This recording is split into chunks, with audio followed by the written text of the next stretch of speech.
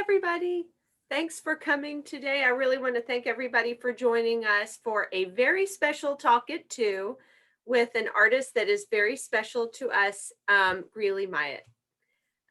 So over the course, just a little intro to Greely and our show at the Dixon.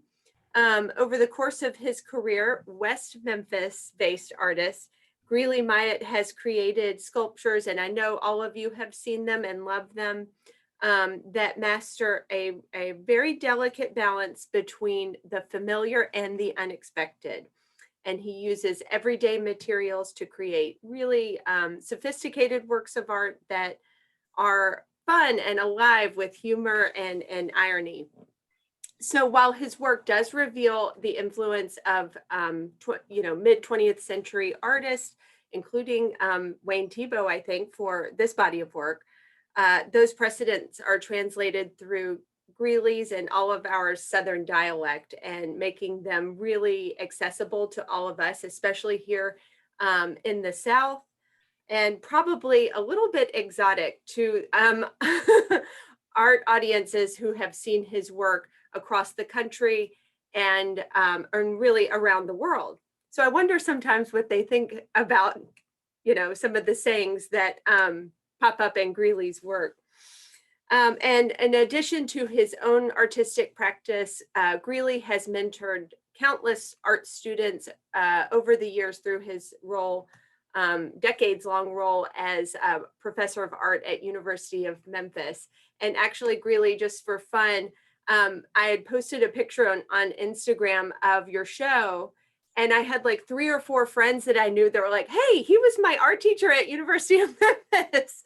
So I know he touched a lot of lives that way, a lot of art students that way. And by the way, if you're hitting the road this summer and you're heading into Alabama, make a stop in Huntsville to see his show that's going on at the Huntsville Museum of Art. And just a little bit about Greely and the Dixon. Over the years, we have featured Greely's work. Greely's works at the Dixon almost in a way that kind of makes sense to me in an amuse-bouche format, if we're thinking of food terms. Little tastes of his work and the kind of the genius behind them.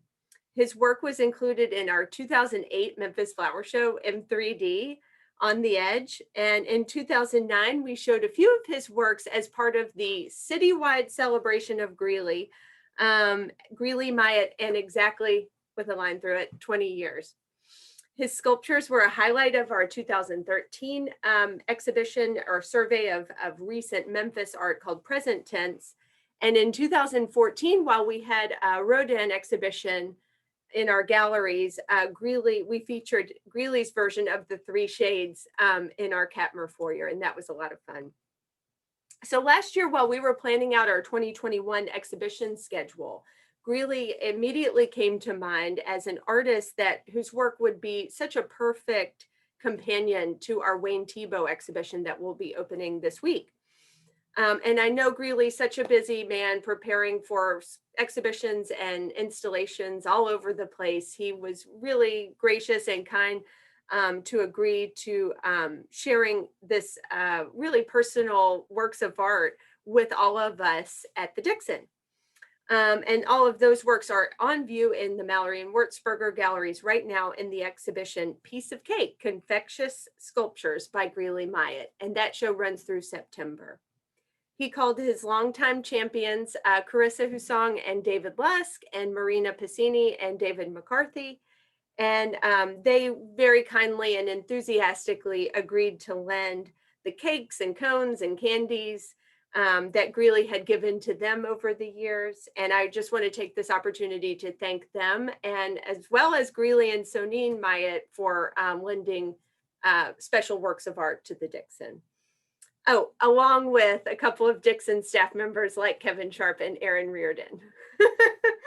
And there's a special new work in the exhibition that Greely made kind of as a birthday present of sorts to Wayne Thiebaud. And the result, I know some of you who are on here today have seen the show.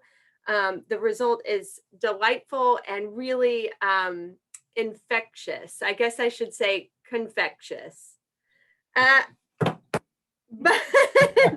And I hope you all will come see them soon. And by the way, today is National Ice Cream Day. So it's a perfect day to be celebrating Greely. So I know you'll all join me in either clapping or doing the clappy emoji for Greely Myatt. Thank you, Greely. Thank you, Julie. Am I muted or unmuted? Am I okay? Can you hear me? All right. Yeah, thank you all. I appreciate you letting me come back to the Dixon. Kevin's always threatening not to.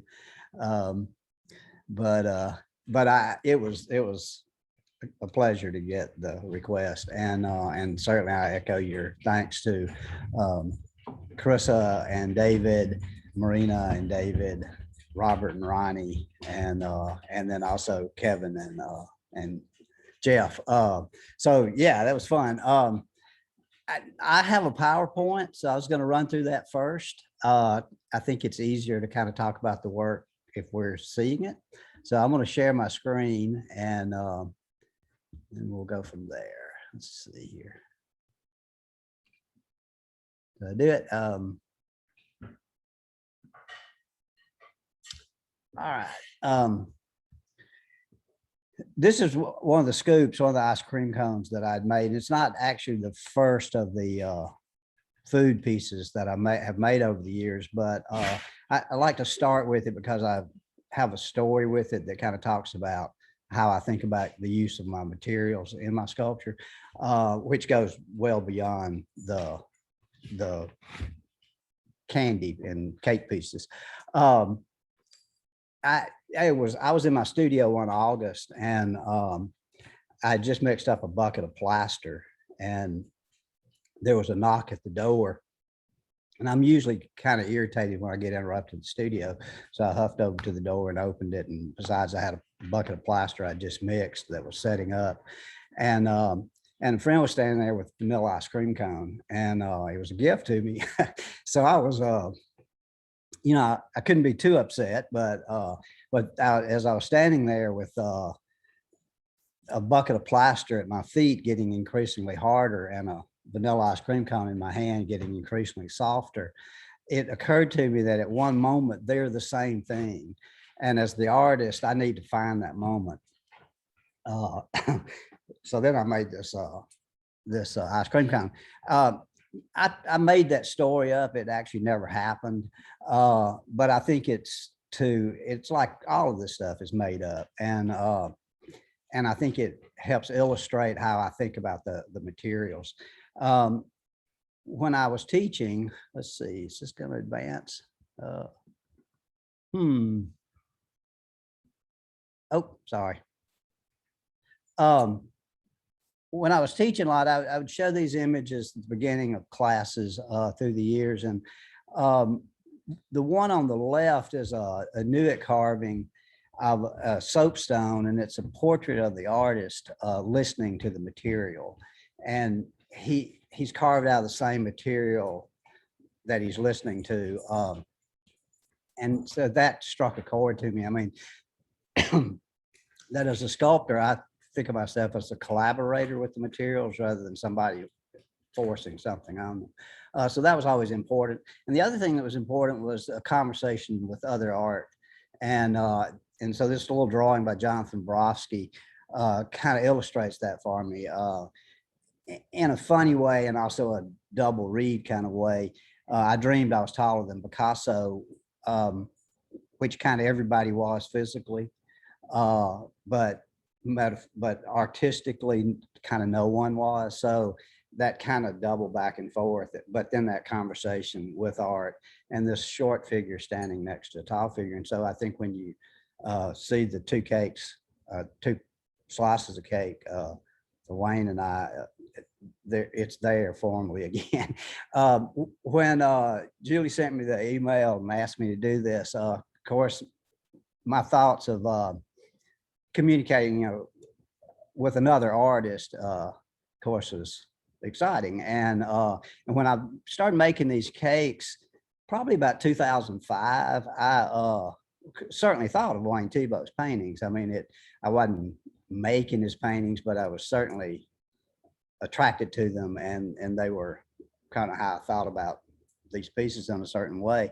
And then again, they're made out of things that aren't cake, like his paintings. And he talks about how the oil paint could be spread like the icing, and I saw that with the caulking, the acrylic caulking. So certainly there was no way I could say no, I wouldn't do this. But I did have to. I had those other shows and some public commissions, and so I was trying to figure out how to, not make a new body of work. And so these cake pieces had primarily been gifts. It started, I made a cake for David Lusk. And I wasn't thinking about his art. It was kind of a joke for his birthday. And it was made out of a wood where I had burned the wood and then covered it with a white acrylic icing. And then there was a piece cut out of it that had black icing, and then the wood was left untouched. So it was that kind of a surreal kind of moment thing. But like I said, I didn't really think about it as being art. I just thought about it as sort of a funny joke. And then about a year later, I was working on a show and I needed another piece, and it was my 54th birthday. This was in 2006. And so I thought, well, I'll make a slice of cake for myself, and it'll be 54 layers high. And so I ended up putting it in the show. And then all of a sudden I started thinking about these things a little bit differently. So I still have that piece. And that's the one that stands next to Wayne Thiebaud's 100th piece. So we'll get to that. Kind of the first kind of serious things I did beyond those pieces I was just talking about were cupcakes, and these were like usually shown at art fairs as kind of the impulse item. They were kind of I never wanted them to be put on a pedestal to be like art. I wanted them on a cake stand on the receptionist table so that somebody would think they were food. And I think that's why we were somewhat successful with them, because I think people were fooled enough to think they were refreshments, and then out of not wanting to be embarrassed, they just bought a couple. So anyway, it kind of continued. And then after that, I was looking for more things to do with food kind of ideas. And that's when the ice cream cone came about.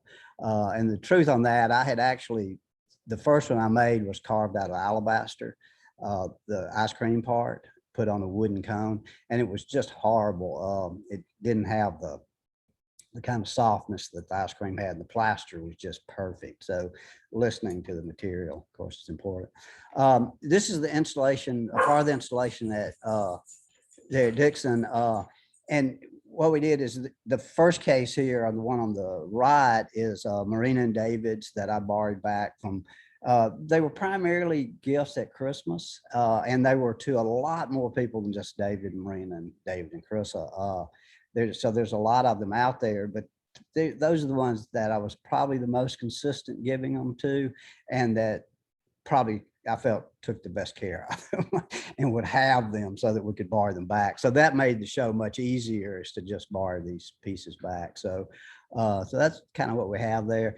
The middle case is Carissa and David's, and then this other one is just, I had sort of, when I started making the cupcakes, I always kept one for myself to just have a kind of a record of them, and I've kind of done that somewhat by default over the years. But that ice cream cone that's there, that's like the second one I made. So these are kind of the very beginning ones. It sort of became a game after a while, that like, what can I come up with new? And that was pretty interesting for about 10 years. The last couple of years, I've kind of slacked. I'm sorry, my dogs are barking. Anyway, we're at home. But so I would kind of like, after the cupcakes, there were ice cream sandwiches that are made out of steel and plaster, gingerbread men that are made out of caulking, map pins for the little buttons, and masonite.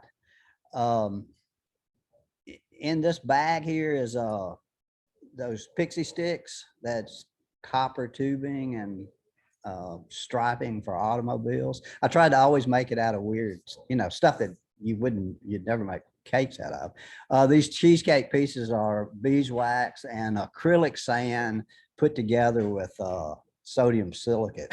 It's probably toxic as hell. In this bag, the other thing in this bag, though, I was going to say is hard candy. And these were pieces of steel that I have a piece over in Audubon Park. And when we were building it, we were cutting all the holes out and dropping these little hard candies on the floor. So try to also use the stuff as I'm making other pieces to kind of feed these.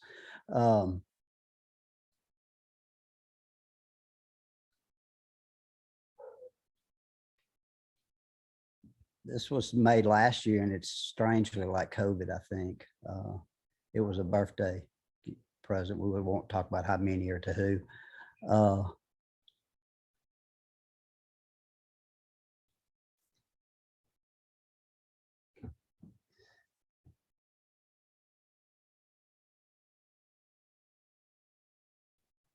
This is Kevin's and Jeff's, and it was great to see them again. And we dropped a dammit under it. I call them dammits. I think Karen's going to call them splats for the kids, or oops. Anyway, but here's when Julie asked me to do this, and it was in honor of Wayne Tebow's 100th birthday. Then I thought, well, I've got to make him a cake. And so I want to get it to him now if I can. But it's 100 layers. And then this is the very first one I made that was the 54 layers. So there we're standing in the thing. And I also like this kind of little combination that's in the show. There's a couple of spots where there's just two pieces that interact. This is David and Marina's birthday cakes from not the same year, but oh, I should say too, I put the double image in. This is the way we put it up, but then there was great concern that the candles that I had used were actually Black Cat firecrackers, and so so Kevin would have none of it, so we had to put it under glass, like sanitize this art.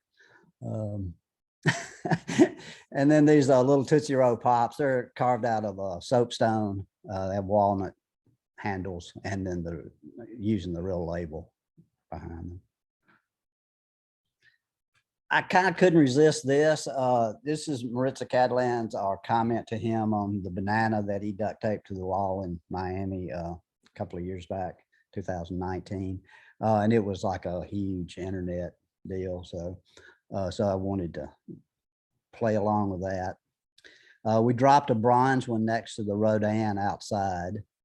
This another splat. Is it splat, Karen?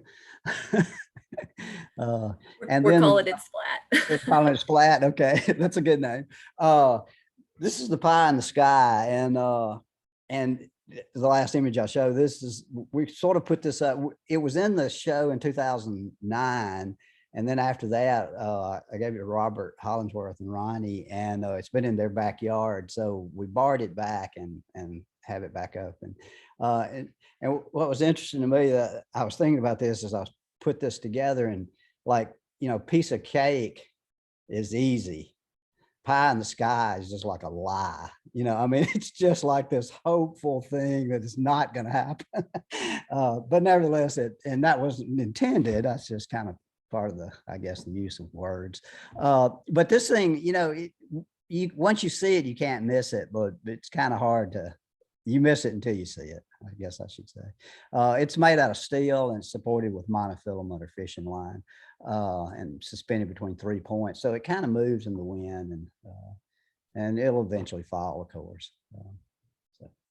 All right. That's all of my images. Oh, I get out of the screen share. There we go. All right. How are we doing on time? Yes, we're okay. What's next? Well, if I want to encourage everybody in here, if you have questions for Greely, you can just type them in the chat and I'll read them to him. Greely, I had a question to get going. First of all, do you personally have a sweet tooth? And second, did you like I feel like a good bit of your art has some nostalgia to it. Did you grow up in a family of bakers and big birthday celebrations, or is this something that just happened, like you said, for gifts, starting with David's birthday and things like that? All right. Well, first of all, no, I hate sugar. I cannot stand sugar. I don't have any sugar ever. No, I'm a Ah! cokeaholic, and I put a little coffee in my sugar. I'm total sugar. So sweet tooth, yeah. But that kind of has to do with this and doesn't. Mhm. I grew up my father died when I was very young. Excuse me.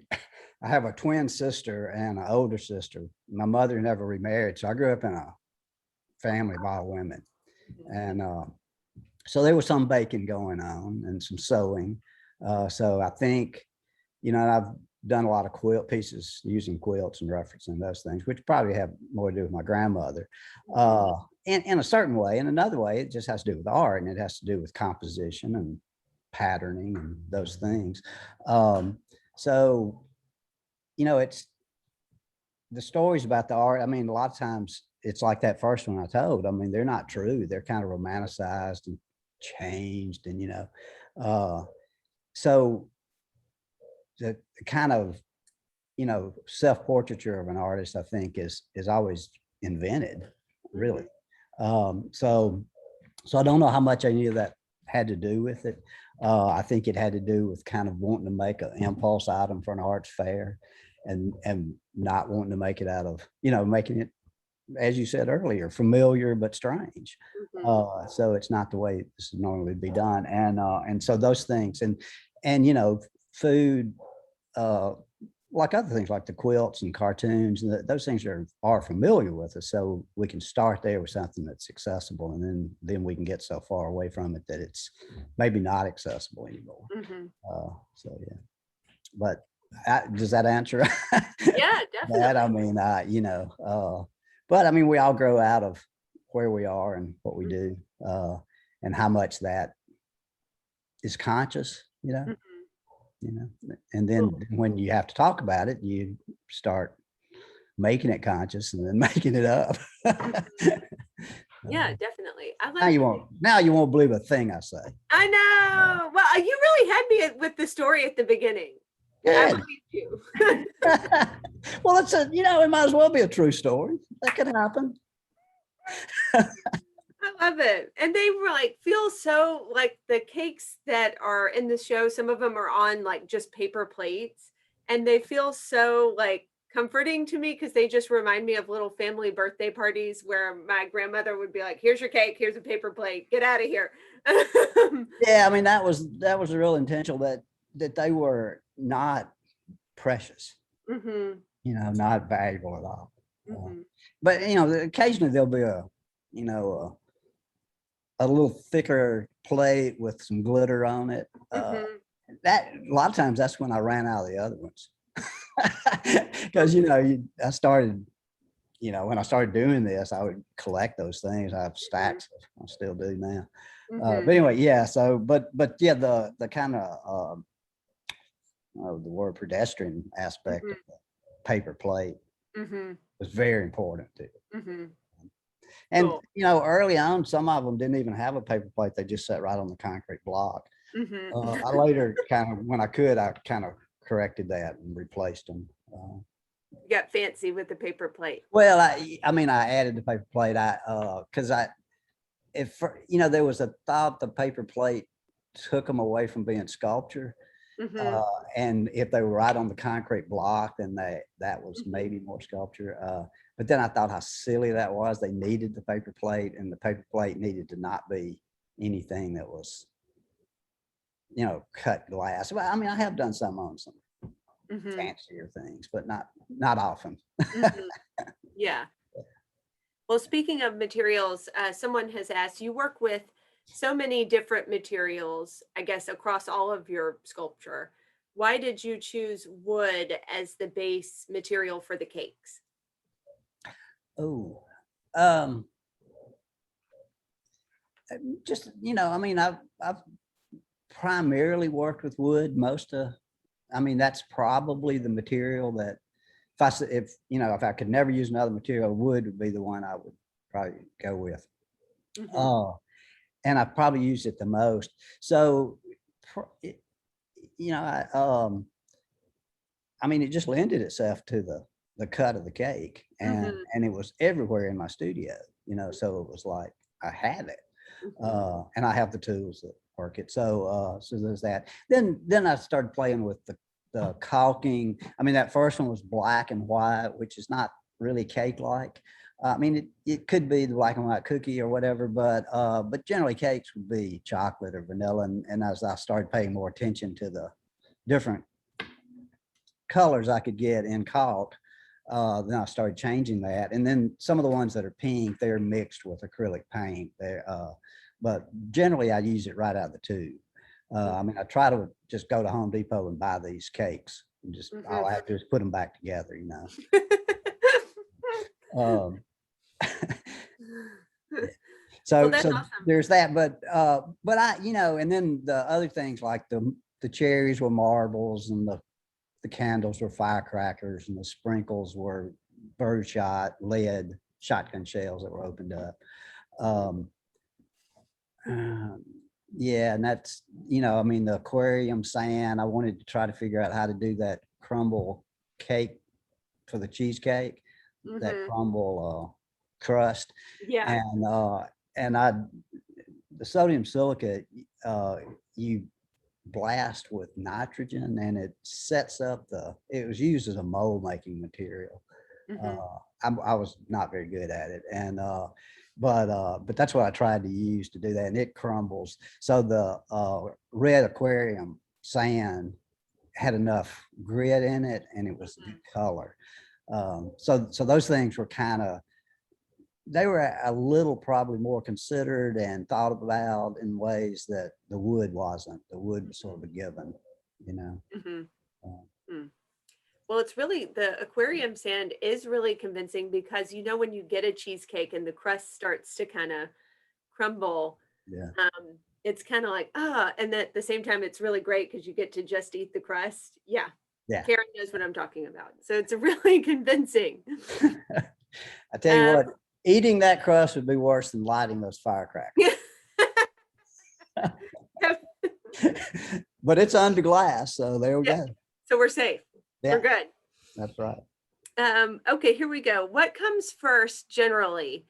The idea of what you want to make, or do the materials fully determine the subject? And I love that sculpture you showed at the beginning of the artist listening to the material.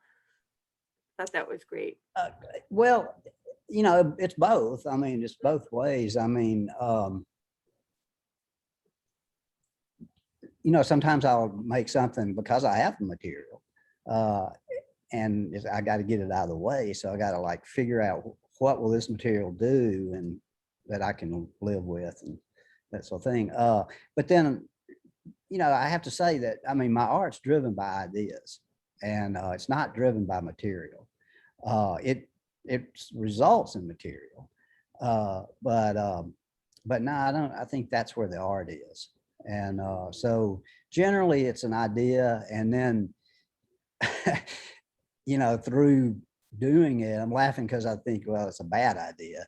And so as you work on it, you make it a better idea. Mhm. And that idea adjusts to, sometimes it's material, it's all kinds of things. It's time, it's availability of equipment, it's where it's going, the place the art will be shown, and where you kind of want it to live.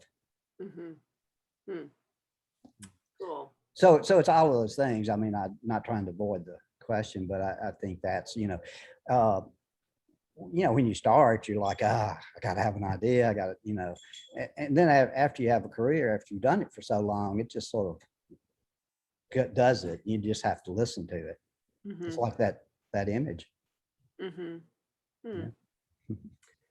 Yeah. Okay, Carla asks, are the splats or dammit cones ever stolen? I think that bronze one was. I think the Dixon let it get away right away. No, I mean, because they're never really shown in a situation where, I mean, I made those bronze ones. To me, the plaster and wood was the right material and it was the choice. And then I thought, well, I'm a sculptor. I'm teaching out here at the university. I've got a foundry and we're teaching casting or trying to. And so I thought, well, so I should cast them in bronze and then they'll be like great public art. We can put them out and they'll be funny on sidewalks and stuff. I thought, well, we're gonna have to bolt them down, then people are gonna fall on them and they're like sharp. So they're not gonna be great public art. And and then they were just kind of horrible in terms of, I'm showing that one out there about the Rodin because I think that's funny, but to me, they were never, there's something about the moment that you think that plaster is ice cream. I mean, maybe this is just in my head. Maybe nobody ever really does that. And I know it has to do with where you're seeing them.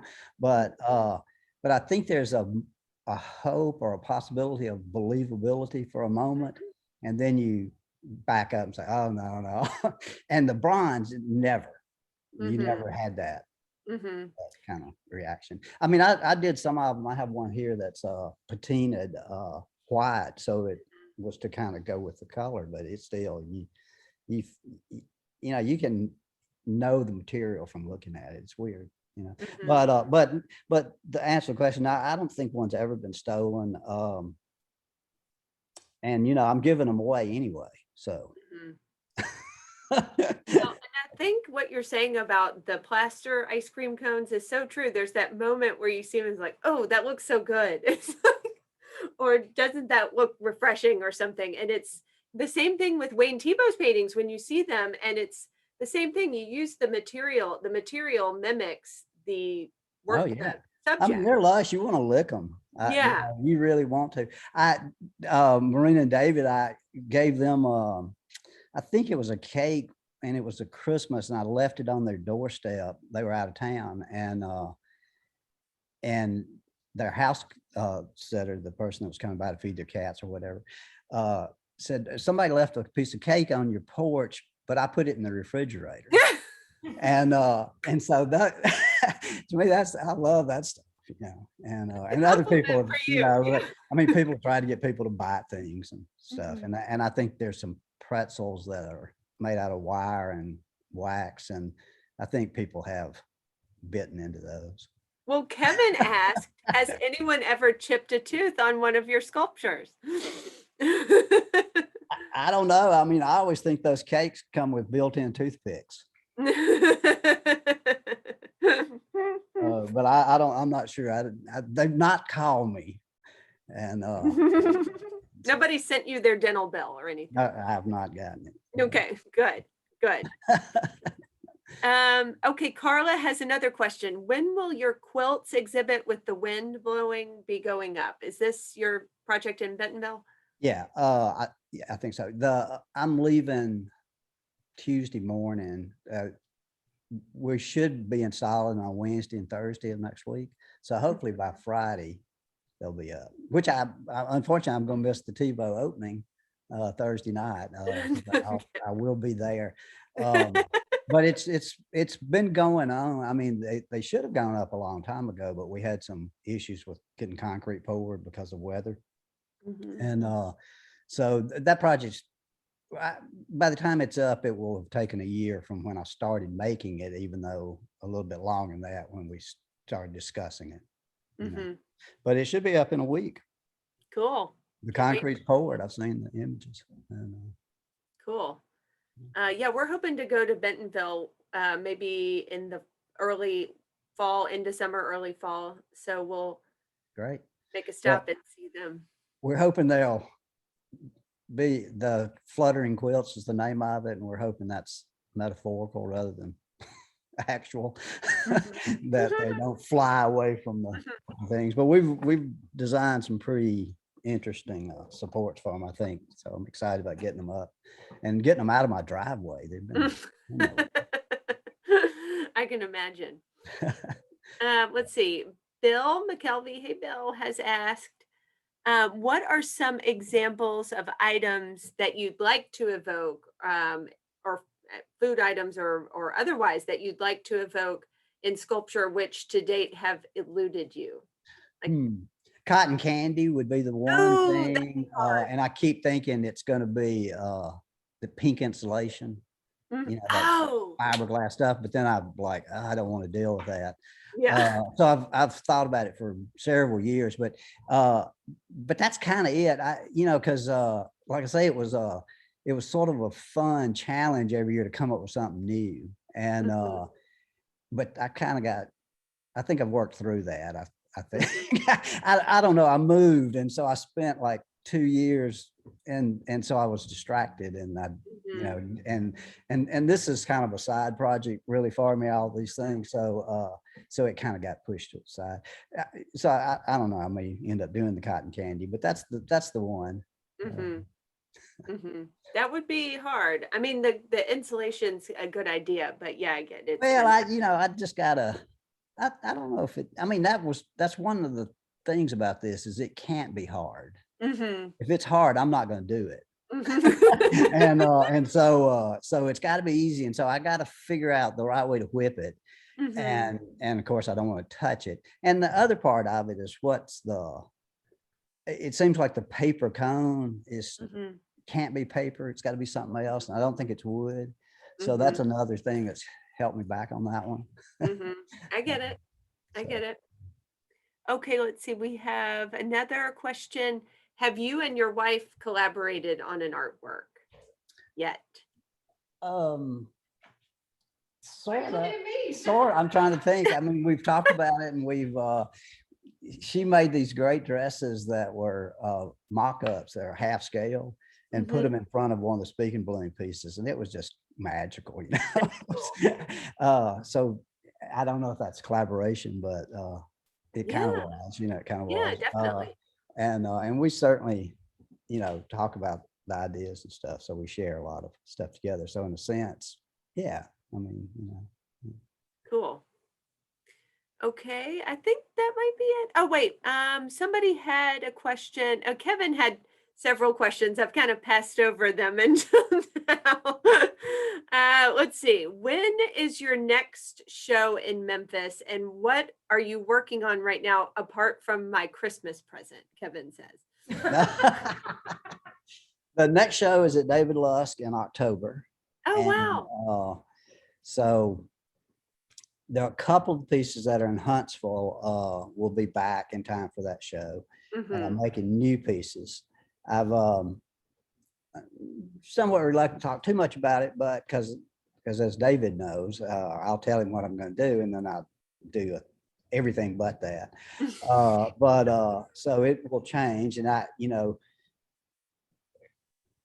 my studio practice is listening to the rock, so as I start out with something, it's going to change. So, but something I've been, and I'm hoping will be in the show, and it will be, two things.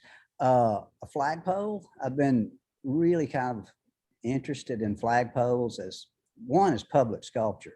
They always sit in front of public buildings, but Hmm. nobody notices them.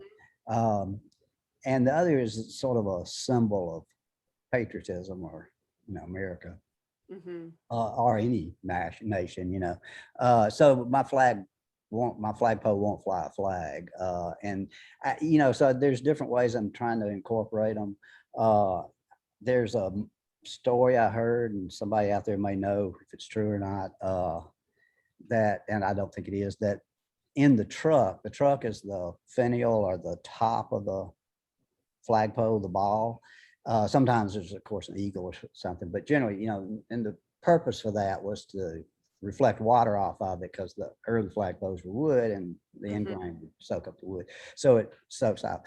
But there's and I think it comes from the military, that there are three items inside of that finial, that ball, or the truck, and it's a razor blade, a match, and a bullet. And if you're the last man standing, you're supposed to climb the pole, take those items, cut the flag up with a razor blade, burn it with the match, and then use the bullet to either end your own life so you don't get captured, or the last stand. Now, of course, that's insane. I mean, I could climb the flagpole and do all this stuff, and Right. there's no gun. Some myths say that there's a gun buried 50 paces away from the base of the flagpole. So there's all this stuff, but it was an interesting story to me that these weird things are up in there. There's also a couple others that there's a penny and a grain of rice. The grain of rice would be for America's going to continue to prosper, and the penny would be we're not going to go broke. I I like the first three, and that's probably what I'm gonna do. So I'm trying to figure out I built a studio. I mean, I built an outbuilding out here, and I had to cut a pine tree down that was 28 feet tall. So I've got this thing laying there to make the flag pole. I've actually started on it, and so it's going to some way be involved, and those things are going to be in there. So that'd be a part of it. Cool. I probably shouldn't have told all that. Yeah, and there was another one back here. But anyway, yeah. So those things, that flagpole thing, and the other one is the molt and the beam, that parable from the Bible about hypocrisy. Remove the, before you criticize the speck or the molt in your brother's eye, remove the log from your own. And so those kinds of things in the eye. I've recently done some pieces that are sort of derived from Philip Guston, and they have those kind of cyclotic heads with the big eye, and they all have arms and legs coming out of those that are wood. So it's sort of that. That's part of it. That'll be in the show. And so yeah. So and I know that's probably very confusing, but that's somewhat intentional so that I can say, well, you just misunderstood me. That's not what I said. No. Yeah. Anyway, but it's opens. It's mid-October. I don't know. I can't remember the exact date, but it's coming soon. Yeah. So I have one more question for you. You have so much going on, it seems like all the time. Is your studio practice, are you real regimented in your studio work, your work in the studio, or is it just kind of come and go? How do you balance in your brain all the projects that you have going on? Well, I mean, I retired from teaching, so Okay. that helped a lot. I live in my studio, so it's all I do. So Neen's trying to get me to finish a kitchen upstairs, and I'm working on that. But the way I'm working on it is I take the materials out of that kitchen. I'm making sculpture with them. So it's slowing the process down quite a bit. We are making some headway. But I'm pretty lazy, actually. I get a lot done because over the years, well, I've done this a long time for one thing, and I did this always teaching. And so figuring out how to balance or juggle, and how, I mean, I think we make things so hard, and that's, it's out of not knowing, inexperience really, but I, you can move really fast if you figure it out. And so I get a lot done, I think, but I'm not a workaholic. I don't stay up all night. And, yeah, I mean, after Wheel of Fortune, I'm asleep. That sounds just like Kevin. I am watching his show now. Oh yeah. But we won't talk about that. Yeah, let's keep it juicy. Yeah. No, but I figured out how to work, and I've got it. Sonny and I were very lucky during the pandemic because we had made the move over here, and we're kind of self-contained. We got everything we kind of need, and we're not having to go to another studio. And I'm just such a pack rat and collector that, I'm finally using stuff that I saved that I'd never used, because I just go, it was harder to go find those screws than it was to go to Home Depot. Now it's, with the bridge out, it's harder to get to Home Depot. And West Memphis surely will come to their senses soon and get a Home Depot, but who knows? But anyway, so yeah, I don't know if that's answering the question or not, but I try to work smart, and and I like having a lot of different stuff going on. I mean, I get bored. Mhm.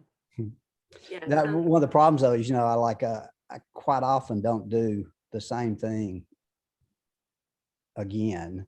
Mhm. So when you learn it, then you don't use it again.